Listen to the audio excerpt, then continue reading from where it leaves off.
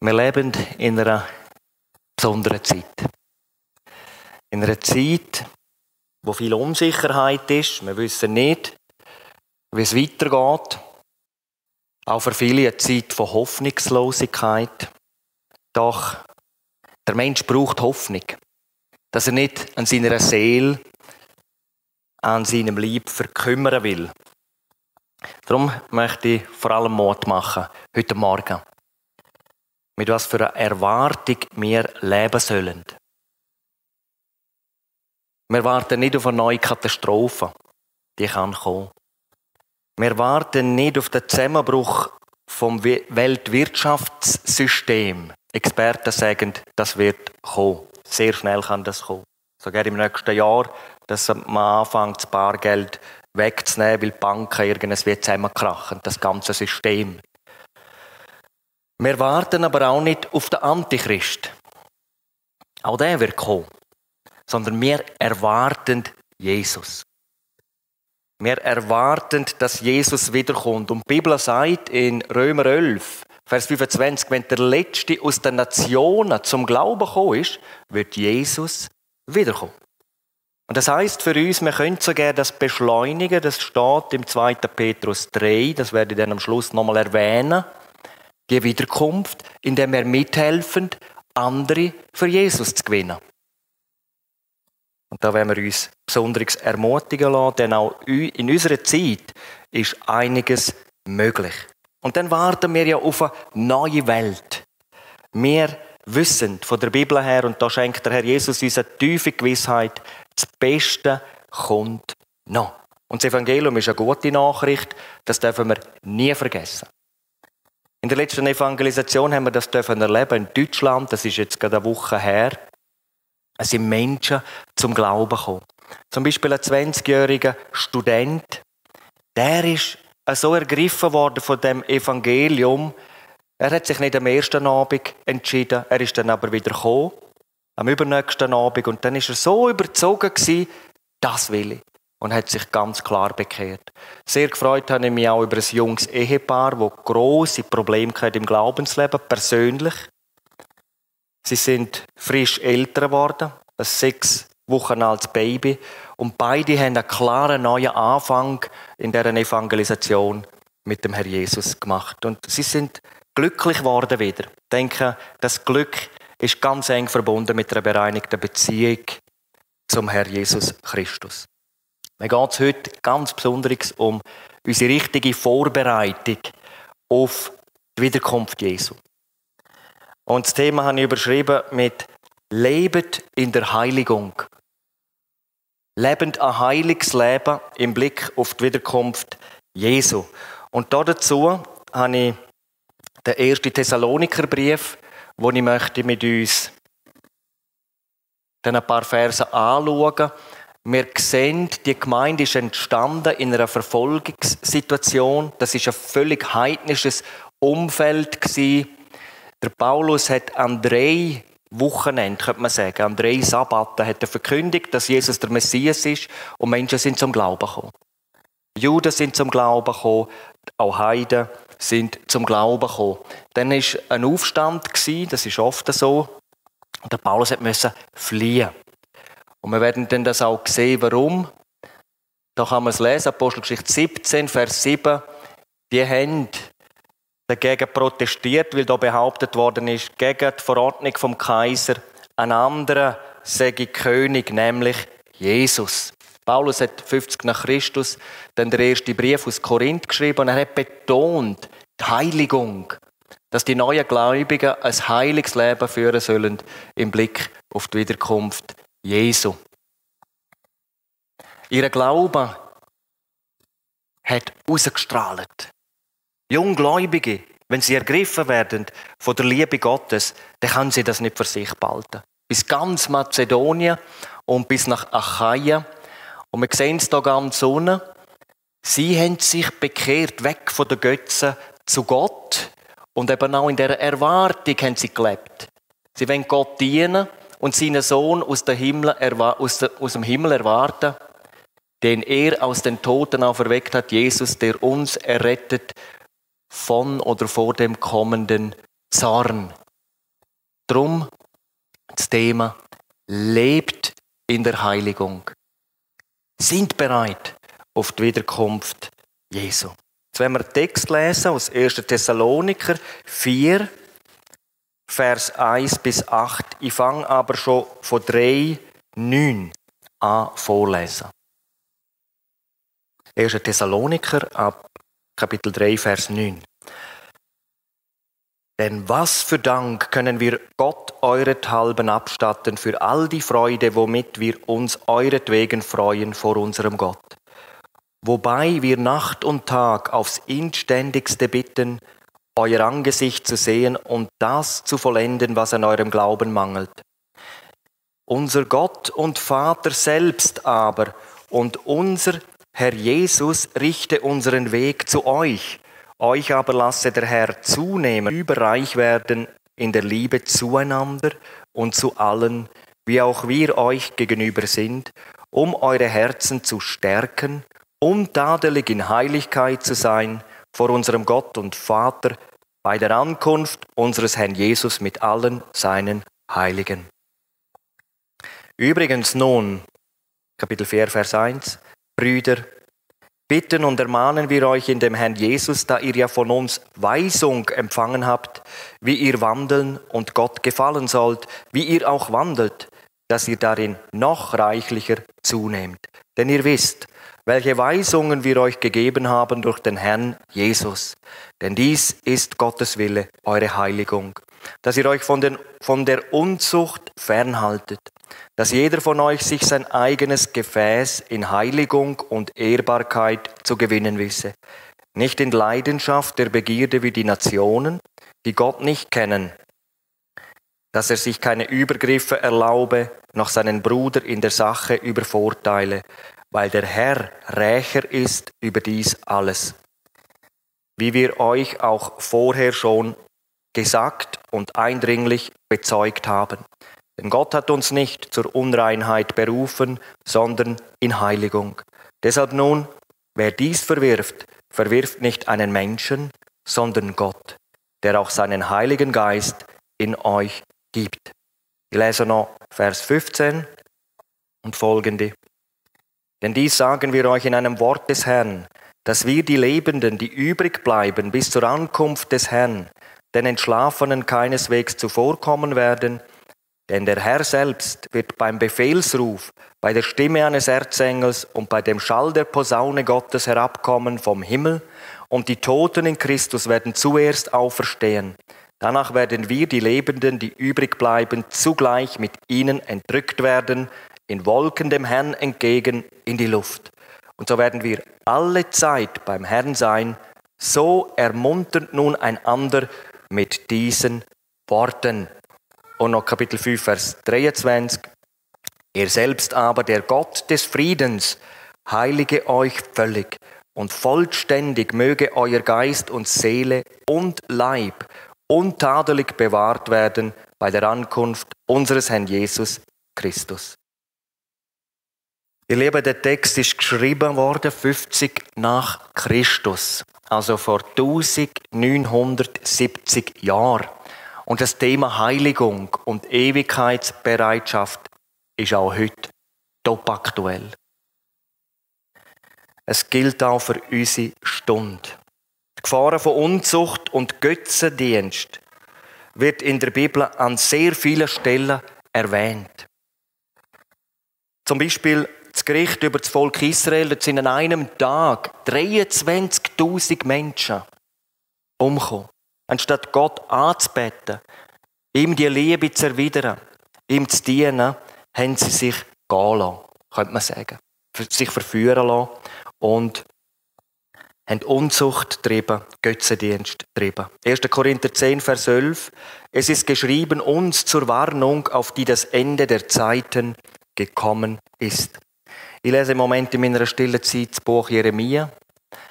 Es ist ein schwieriges Buch oder ein Buch, das einem nicht gerade so viel Freude macht, aber wir sehen einfach, Gott ist ein heiliger Gott.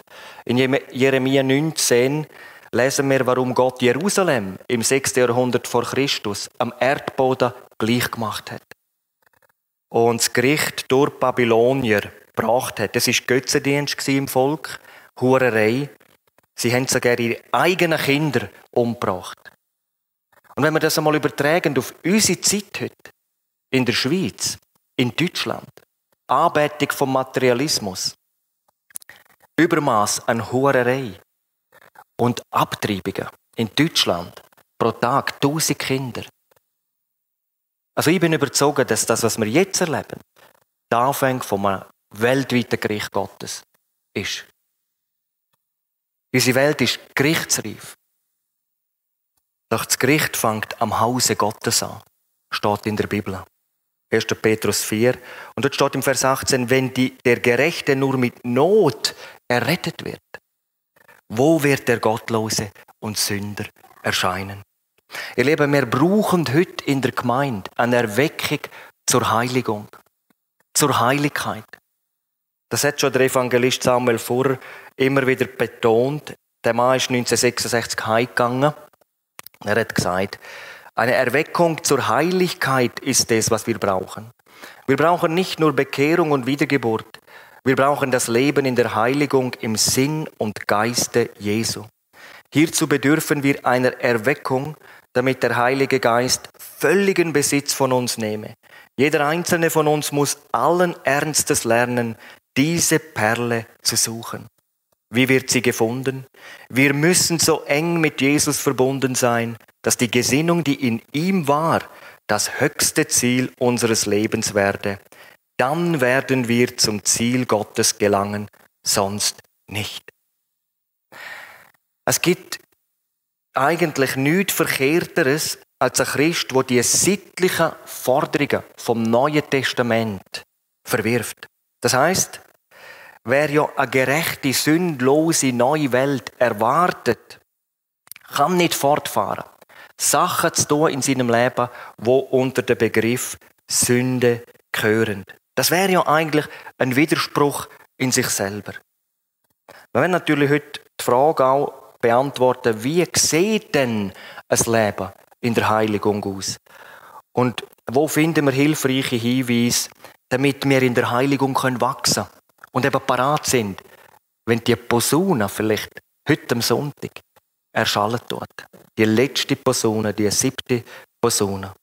Dass wir parat sind zur Entrückung. Zur Situation damals in Thessalonik. Thessalonik war eine Stadt mit etwas über 200'000 Einwohnern. Sie ist an der Via Egnatia gelegen. Die Stadt war eine der wichtigsten Metropolen vom römischen Imperium. Da haben sich Menschen aus aller Welt getroffen. Es ist eigentlich ein multikulturelles Handelszentrum gewesen. Und das Besondere, das ist aber auch für die ganze griechische Welt gewesen, eine sexuelle Freizügigkeit ist nicht nur offen praktiziert worden, sondern sogar von der Gesellschaft gefördert worden. Und da wieder der Bezug zu uns heute, wenn wir an Gender-Ideologie denken, die totale Übersexualisierung auch in unserer Gesellschaft heute.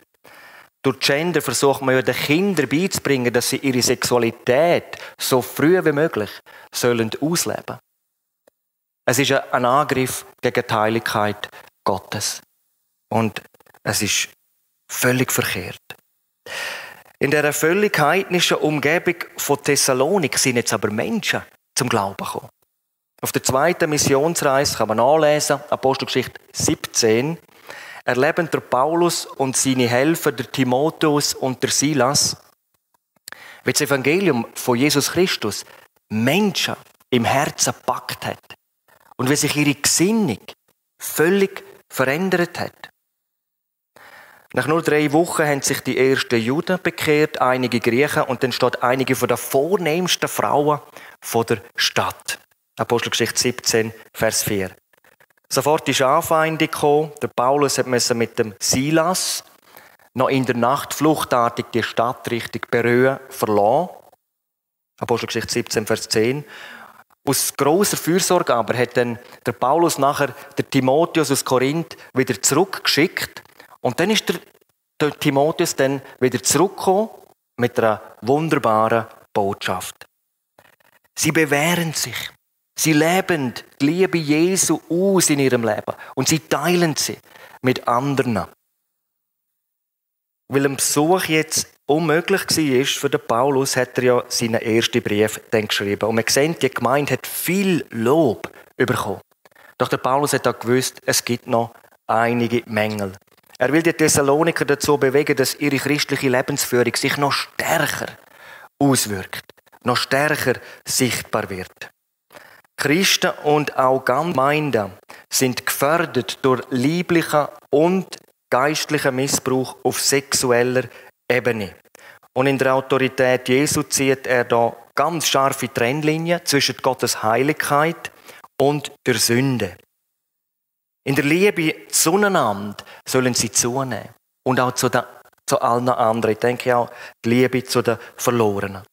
So werden die Herzen gestärkt und die Voraussetzungen geschaffen, untadelig in Heiligkeit vor Gott können stehen bei seiner Ankunft. Paulus betont in unserem Text die Heiligung, dass wir als Gläubige lernen, unsere Beziehung zu Jesus zu vertiefen und das Leben in der Reinheit, sittlichen Reinheit, eben auch auf der sexuellen Ebene zu führen. Soweit zum Zusammenhang. Über 3 Punkte möchte ich reden. Erstens, Heiligung führt uns in eine tiefere Gemeinschaft mit Jesus. Man kann aber auch sagen, eine tiefere Gemeinschaft mit Jesus fördert unsere Heiligung. Der Paulus sagt hier im Kapitel 3, Vers 12, euch aber mache der Herr reicher und überströmend in der Liebe gegeneinander und gegen alle, wie auch wir gegen euch sind, um eure Herzen zu festigen, untadelig in Heiligkeit zu sein vor unserem Gott und Vater bei der Ankunft unseres Herrn Jesus mit allen seinen Heiligen. Übrigens nun, Brüder, Kapitel 4, Vers 1, bitten und ermahnen wir euch in dem Herrn Jesus, da ihr ja von uns Weisung empfangen habt, wie ihr wandeln und Gott gefallen sollt, wie ihr auch wandelt, dass ihr darin noch reichlicher zunehmt. Also um Paulus geht es darum, dass Thessaloniker und auch wir Christen heute unsere Beziehung mit Jesus vertiefen. Die jungen Gläubigen haben bereits Früchte gezeigt von der Liebe. Man könnte jetzt sagen, ja, lange denn das nicht? Gottes Antwort, also wir sehen es in der Bibel, die apostolische Zeit ist nicht so schnell zufrieden gewesen. Wir sehen, Gott will unsere Errettung. Das ist der höchste Wille, kann man sagen, aber das ist nur der Anfang. Gott will auch unsere Heiligung. Unsere allererste Berufung. Wir lesen oft in der Bibel im Neuen Testament, wir sind berufen. Die allerhöchste und erste Berufung ist in die Gemeinschaft des Sohnes Jesus Christus. Etwas Größeres gibt es gerne nicht. Und dafür müssen wir zum Kreuz von Golgatha kommen. Dort werden wir errettet. Die Last von der Sünde. Und jeder Mensch hat eine unheimliche Last auf sich geladen durch all die Übertretungen von den Geboten Gottes. Aber dort werden wir völlig frei. Das Blut Jesu reinigt uns von aller Sünde. Das ist unsere allererste Berufung in die Gemeinschaft des Sohnes Jesus Christus. In einem Lied heißt es, an dem Kreuze trug der Reine deiner Sünde Lohn. Sieh, wie liebt dich dieser eine, Gottes Sohn. Wir empfangen am Kreuz seine Gerechtigkeit, eine fleckenlose Heiligkeit. Aber dann sind wir eben auch berufen zur Heiligung. Der Paulus sagt den Thessaloniker im Vers 7, 1. Thessaloniker 4, denn Gott hat uns nicht zur Unreinheit berufen, sondern in Heiligung. Und auch das ist ein Ruf zum Kreuz. Denn da erneuert sich unsere Beziehung mit dem Herrn Jesus. Dort dürfen wir auch Sachen, die daneben gegangen sind, ihm wieder bringen, bekennen. Die Bibel sagt, wenn wir aber im Licht wandeln, wie er, Jesus, im Licht ist, so haben wir Gemeinschaft mit ihm und das Blut Jesu reinigt uns von aller Sünde. Gott will, dass Gläubige im Glauben und in der Liebe wachsen. Und jetzt sagt der Paulus, der Gläubigen, der Junggläubigen, dass ihr darin noch reichlicher zunehmt. Das griechische Wort dort im Urtext perisoio bedeutet auch überfließen, Überfluss haben, sich auszeichnen. Und jetzt die Frage, wie kann das geschehen? Antwort, durch die Gemeinschaft mit Jesus, mit ihm allein. Gemeinschaft mit Jesus heiligt uns. Hier eine Erklärung, die Bibel unterscheidet zwischen Heiligkeit und Heiligung. Heiligkeit, Hagiosyne, oder im Hebräisch heißt es Kadosh, ist ausschließlich auf Gott bezogen. Es ist ein Wesensmerkmal Gottes, absolute Reinheit. Und alles, was heilig ist es nur in Verbindung mit ihm, mit Jesus. Jesus ist der heilige Gott in Person. Und schon vor seiner Geburt hat der Engel zur Maria gesagt, Lukas 1, Vers 35, das Heilige, das geboren wird Sohn Gottes genannt werden. Und auch während dem Erdenleben, während dem ganzen Erdenleben hat Jesus eine immerwährende Heiligkeit gelebt. Denn in den Sendschreiben sehen wir auch von der Heiligkeit Jesu an Philadelphia, an die Gemeinde. Dort heisst es in Offenbarung 3, Vers 7, dies sagt der Heilige und Wahrhaftige. Und dann kommt die Unterweisung an die Gemeinde. An die Gemeinde in Thyatira steht, dies sagt der Sohn Gottes, der Augen hat wie Feuerflammen. Offenbarung 2, Vers 18. Und am Pergamon, dies sagt der das zweischneidige Schwert hat. Offenbarung 2, Vers 12. Und dann wieder die Belehrung an die Gläubigen. Und wir sehen, das ist auch immer wieder ein Ruf zur Heiligung. Ein Ruf zur Hingabe. Jesus ist der absolut Heilige. Und seine Heiligkeit, die für uns unmöglich erreichbar gewesen wäre, ist uns durch sein Opfer am Kreuz und die Kraft seiner Auferstehung geschenkt. Geschenkt. Hebräer 10, Vers 10. In diesem Willen, könnt sagen, Kraft Gottes Willen, sind wir geheiligt, hagiazo, durch das ein für allemal geschehene Opfer des Leibes Jesu Christi. Und im Vers 14, vollkommen heilig gemacht. Makellos. Das ist geschenkt. Das ist Heiligkeit. Eine Eigenschaft Gottes, die uns einfach in Jesus geschenkt ist. Heiligung aber ist ein wachstümlicher Prozess, der mit der Bekehrung und der Wiedergeburt angefangen hat. Nach Römer 8, Vers 29, die Umwandlung ins Bild Jesu Christi. Paulus sagt, das ist Gottes Wille. Das will Gott von euch. Dem Bilde seines Sohnes gleichförmig zu werden. Römer 8, Vers 29. Und da möchte ich betonen, das geschieht nicht automatisch. Wir können unsere Heiligung bremsen, aufhalten oder aber in der Heiligung wachsen. Wir haben jetzt gehört, dass die Intensivierung von unserer Beziehung mit Jesus uns heiligt. Aber wie sieht das ganz praktisch aus? Was oder wo sind wir gerufen? Erstens, das Studium von der Bibel. Und zwar intensives Studium von der Heiligen Schrift. Eine tiefere Gemeinschaft mit Jesus und die Umgestaltung in sein Bild erleben wir, wenn wir intensiv die Bibel lesen, mit dem Wort Gottes uns beschäftigen. Der Herr Jesus betet in Johannes 17 zum Vater, das ist Bestätigung von dieser Aussage. Johannes 17, Vers 17, heilige sie durch die Wahrheit, dein Wort ist die Wahrheit. Zweitens durch Gebet. Der Evangelist Torrey, er hat gesagt, das Gebet wird wie nichts anderes außer dem Studium des Wortes Gottes unsere persönliche Heiligung fördern.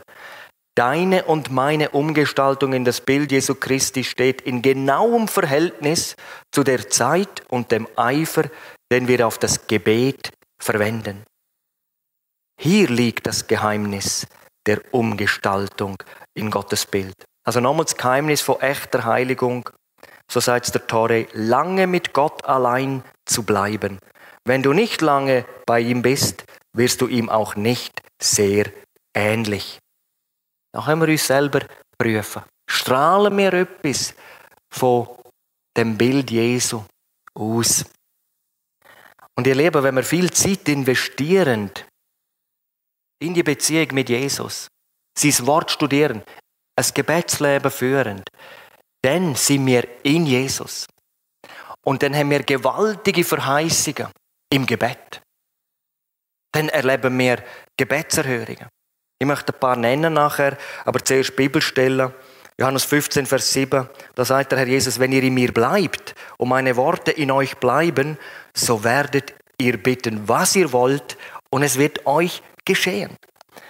In der letzten Evangelisation, ich mache das immer so, dass ich dann mich auch informiere, für wer wir konkret beten. Dann schreibe ich mir die Namen auf. Der Zettel, der sieht manchmal so ein bisschen Besonderes aus. Dann nehmen wir dann immer den Schreiber, den ich zur Verfügung habe. Darum ist es dann einmal blau und so weiter, schwarz oder rot. Es war am Abend, dann hat der Älteste hinter mir hat mir so auf die Schulter geklopft. Wir haben für einen, der ist eigentlich noch nie in die Gemeinde gekommen. Ein Nachbar von ihm. Haben wir intensiv gebetet. Sagt er, du, der ist da. Wir haben für einen anderen gebetet. Das ist ein ungläubiger Sohn von gläubigen Eltern. Er ist dann auf einmal da gesessen. Und ich wusste, er ist dort. Der hat ein paar Mal den Kopf geschüttelt während meiner Predigt. Da habe ich gedacht, gut, aber er ist da. Und das Wort Gottes kommt nicht leer zurück. Dann haben sich Menschen bekehrt, die ich auf der Liste hatte, die nachher, nach der Versammlung in die Seelsorge gekommen sind. Eine junge Frau, sie hat sich bekehrt. Und ich habe nachher gehört, sie ist so glücklich, dass sie den Schritt gemacht hat. Sie hat ihre Last können Jesus ablegen. Denn jetzt im Nachhinein, ich hatte nochmal Kontakt mit der Gemeinde, hat mir der Gemeindeleiter geschrieben, die sowieso hat sich daheim noch bekehrt. Für die haben wir so intensiv gebetet, die ist nie gekommen.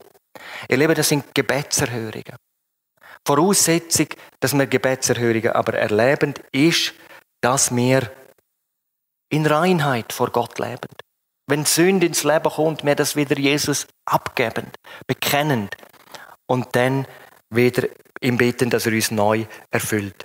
Wir haben als Familie ein eher schwieriges Jahr, jetzt nicht wegen Corona in dem Sinn, aber es hat eine Ablösung gegeben vom Missionswerk, wo ich vorher Mitarbeiter war. Wir haben uns einfach entscheiden, wie wir unsere Zukunft planen. Es hat gewisse Einschränkungen für meinen Dienst gehabt, leider. Im Blick auf Evangelisation, aber meine Frau und ich, wir sind überzogen gewesen. Die Berufung zur Evangelisation ist mein erster Auftrag. Der Dienst an den verlorenen Menschen. Und haben wir viel gebetet. Wir haben nicht gewusst, ich habe nicht gewusst, was sollen wir. Und wir haben aber gewusst, dass es ganz schwierig wird, dass wir in der Schweiz überhaupt so leben können. Und wir haben dann natürlich auch mit der Gemeindeleitung geredet und wir sind so dankbar gewesen, dass die Gemeindeleitung und dann auch die Gemeinde dahinter gestanden ist, dass wir hier im Bereich vom Bibeltreff einen Neustart machen. Aber zusätzlich eben auch durch die Dienste und auch durch freiwillige Geber der Dienst ermöglicht wird. Und wir sind aus dem Staunen nicht rausgekommen. Es kommen immer, auch heute noch, immer wieder mal so Zettel von Leuten, die Person, die habe ich nur einmal am Telefon gehabt. Wir haben ein sehr gutes Gespräch gehabt, das ist ein gläubiges Ehepaar, und haben ein bisschen erzählt, was wir machen. Und jetzt haben sie schriftlich bestätigt, wir wollen den Dienst unterstützen. Das war eine ganz gewaltige Gebetserhörung für meine Frau und mich. Dann ein neues Projekt, das wir seit ein paar Wochen machen. Wir treffen uns ein paar, oder mit dem Stefan, der Jamie und der Raphael kommen auch dazu, jetzt die letzte, um zu beten, dass wir junge Menschen erreichen können, dass sie Interesse haben, die Bibel kennenzulernen. Wir wollen nicht ein riesiges Programm anbieten, dass sie unterhalten werden, sondern dass sie die Bibel kennenlernen. Dass ihr Leben sich verändert. Dass sie nachher in der Heiligung leben können. Und dazu haben wir auch gebetet, wie wollen wir sie einladen. Und das ist so ein Kalender, ein Jugendkalender von Heukelbach mit einem Traktat, was ist die Bibel, das außergewöhnliche Buch, und dann so ein Kalender, das haben wir jetzt gerade machen lassen, wo dann eine Einladung ist. Und so wollen wir jetzt dann bald schon rausgehen und die verteilen. In 2000 solche Kalenderli bestellt, dass wir das einfach jungen Menschen anbieten. Und wir beten weiter, dass wir auf einmal einfach Leute da haben, am Freitagabend, am 7., die die Bibel kennenlernen. Und das möchte ich als Gebetsanliegen auch weitergeben. Auch möchte ich mitbeten, auch vor allem junge Menschen brauchen Jesus. Ja. Je mehr unsere Beziehung wir mit Jesus vertiefen, desto mehr leben wir abgesondert von der Sünde. Und so kommen wir zum zweiten Punkt.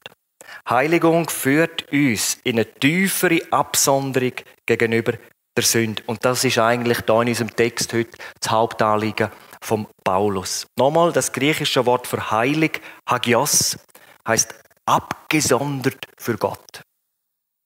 Gottgemäß leben, Gott geweiht leben.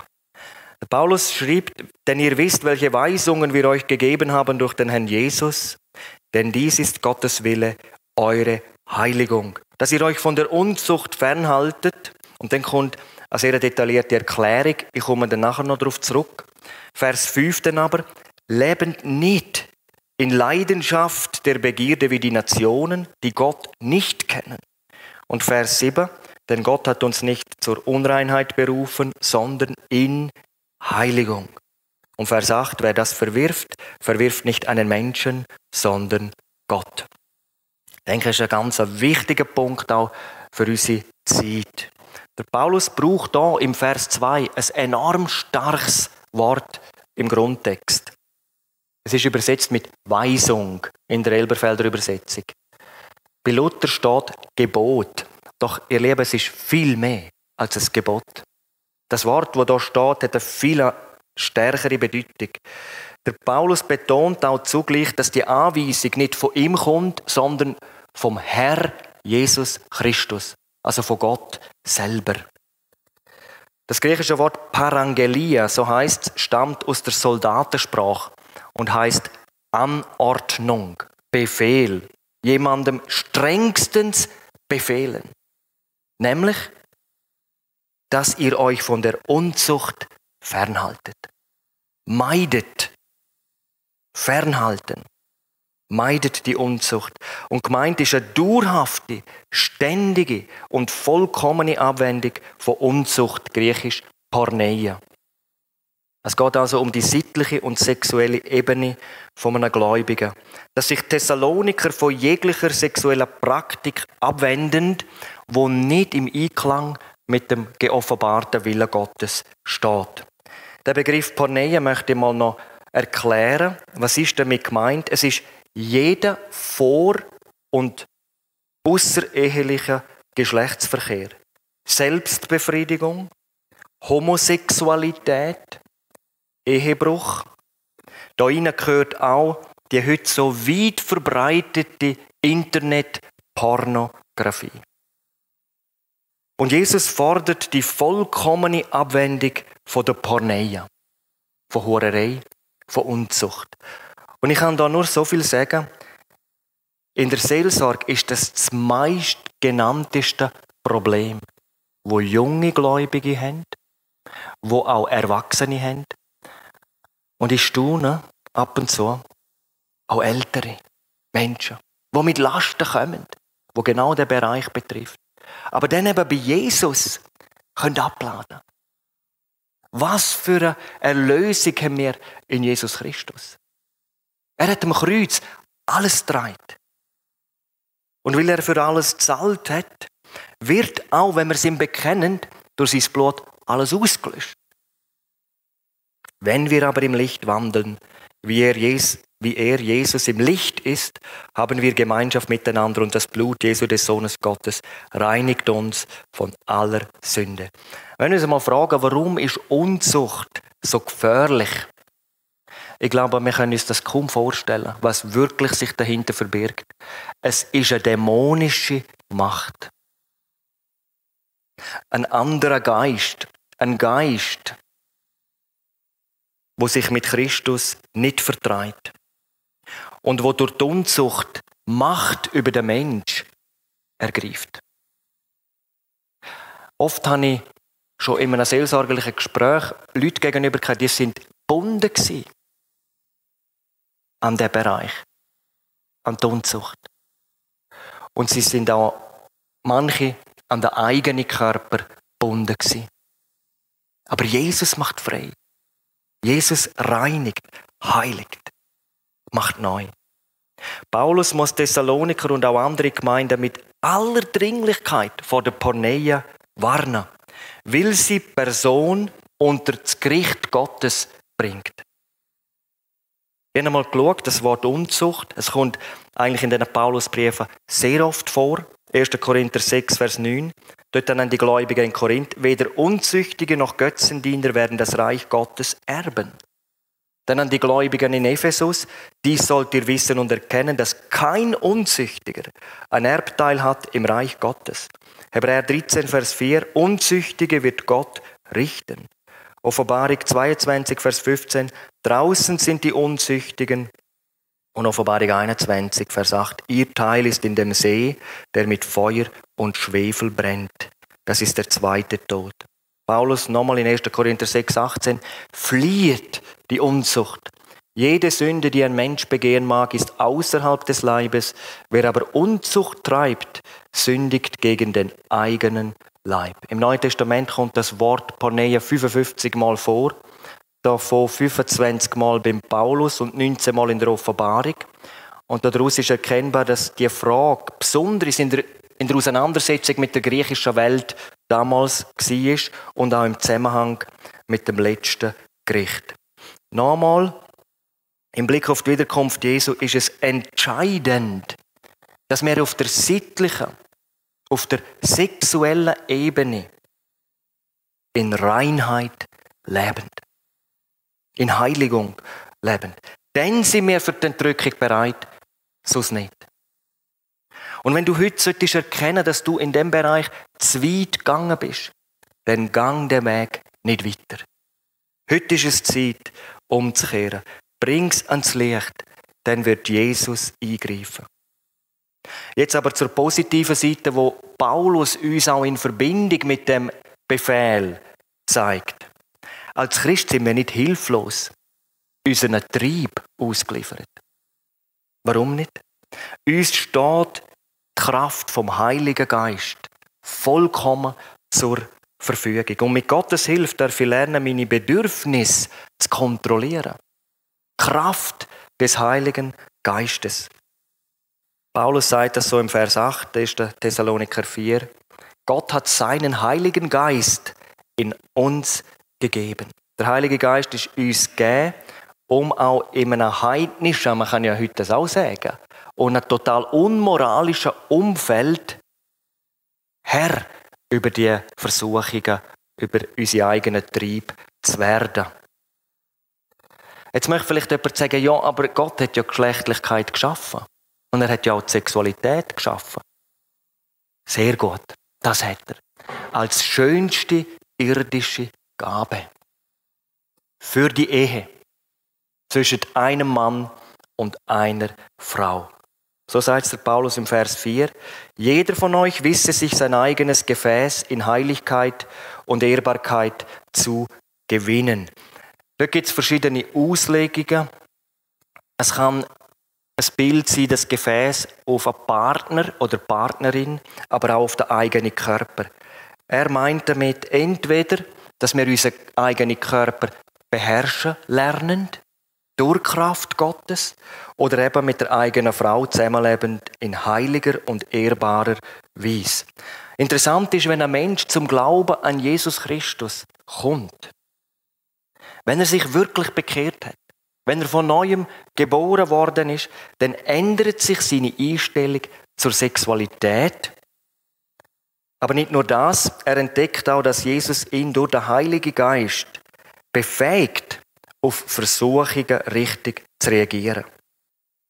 Aber ihr Lieben, es gibt so viel Sünde auf dem Gebiet, nicht nur in der Welt, bis in die Gemeinde Jesu hinein. Ich weiss sogar von Christen, von Leitenden, dass das Zusammenleben von jungen Christen vor der Ehe nicht mehr als Sünde bezeichnet wird. Sie wollen das einfach nicht. Sie sagen dann, ja gut, wenn dann die heiraten, ja, irgendwann mal, lass sie doch einfach machen. Etwas Verkehrteres gibt es nicht. Auf der anderen Seite kenne ich Seelsorger persönlich, die in eine wunderbare Richtung geholfen haben. Da war einer, Da haben sich 2 bekehrt. Das war ein Seelsorger. 2 haben sich bekehrt, die haben schon zusammengelebt. Und nachher haben sich die klar für Jesus entschieden. Und dann haben sie dann auch im Gespräch haben sie ein bisschen berichtet und dann hat dann der Seelsorger das verstanden und dann sagt er, aha, gut, jetzt gibt es 2 Möglichkeiten. Es gibt eine sofortige häusliche Trennung. Also der eine oder der andere packt jetzt seine Köfferli und zieht augenblicklich aus. Und dann haben die einander angeschaut. Ja. Und sie haben Überleitung gemacht. Und dann sagt er, oder die andere Möglichkeit ist, ihr nehmt euch morgen eine Stunde frei, geht auf das Standesamt und meldet eure Hochzeit an. Und das haben sie gemacht. Haben geheiratet. Sofort. Ein anderes Beispiel habe ich erst kürzlich mitbekommen. Auch ein wunderbares Beispiel. Dort hat ein mir bekannter Prediger evangelisiert und nachher hat sich ein Mann bekehrt. Beide sind überglücklich gewesen. Und dann ist herausgekommen, der lebt mit jemandem zusammen. Und dann haben die sofort ihnen ein Angebot gemacht. Also der Prediger mit seiner Frau, dass die Frau zu ihnen darf vorübergehend einziehen. Und dann hat die dort ein paar Wochen können leben, wohnen. Dann war einfach eine örtliche häusliche Trennung gewesen. Und nachher haben die auch relativ schnell geheiratet. Das ist Gottes geoffenbarte Wille über dem Bereich. Wir kommen zum 3. und letzten Punkt. In der Heiligung leben ist ein Akt vom Willen. Und wir haben viele Vorbilder im Alten Testament. Und da müssen wir bedenken, die haben der Heilige Geist noch nicht innewohnend, fortwährend bei sich gehabt.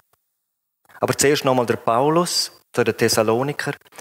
1. Thessaloniker 4, Vers 7 und 8. Gott hat uns nicht berufen zur Unreinigkeit, sondern zur Heiligung. Wer das nun verachtet, verachtet nicht Menschen, sondern Gott, der auch seinen Heiligen Geist in uns gegeben hat. Wir finden in der Bibel einige inspirierende Vorbilder im Blick auf das Leben in der Heiligung. Zum Beispiel vom Henoch lesen wir nicht viel. Aber da steht, Henoch wandelte mit Gott.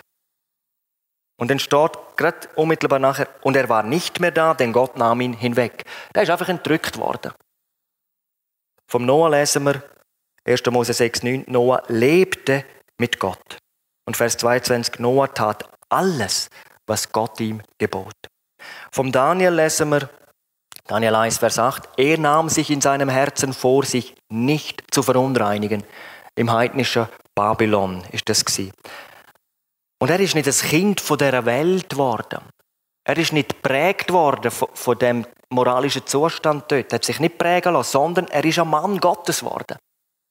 Er hat ein geheiligtes Leben geführt und nicht einmal die Löwen haben ihn antasten, als er in die Löwengrube geworfen worden ist. So sagt es der Daniel selber, Daniel 6, Vers 23. Mein Gott hat seinen Engel gesandt und er hat den Rachen der Löwen verschlossen, sodass sie mich nicht verletzt haben, weil vor ihm Unschuld an mir gefunden wurde und auch vor dir, o König, habe ich kein Verbrechen begangen. Wir sehen an diesem Beispiel, dass ein heiliges Leben schon im Alten Testament möglich war, sogar ohne die Innewohnung vom Heiligen Geist. Und das zeigt, es ist eine Entscheidung, heilig leben zu wollen. Wir werden noch 2 alttestamentliche Vorbilder betrachten. Wir werden vor allem sehen, es hat auch mit ihrer Bestimmung, die sie von Gott hatten, zu tun. Der Josef.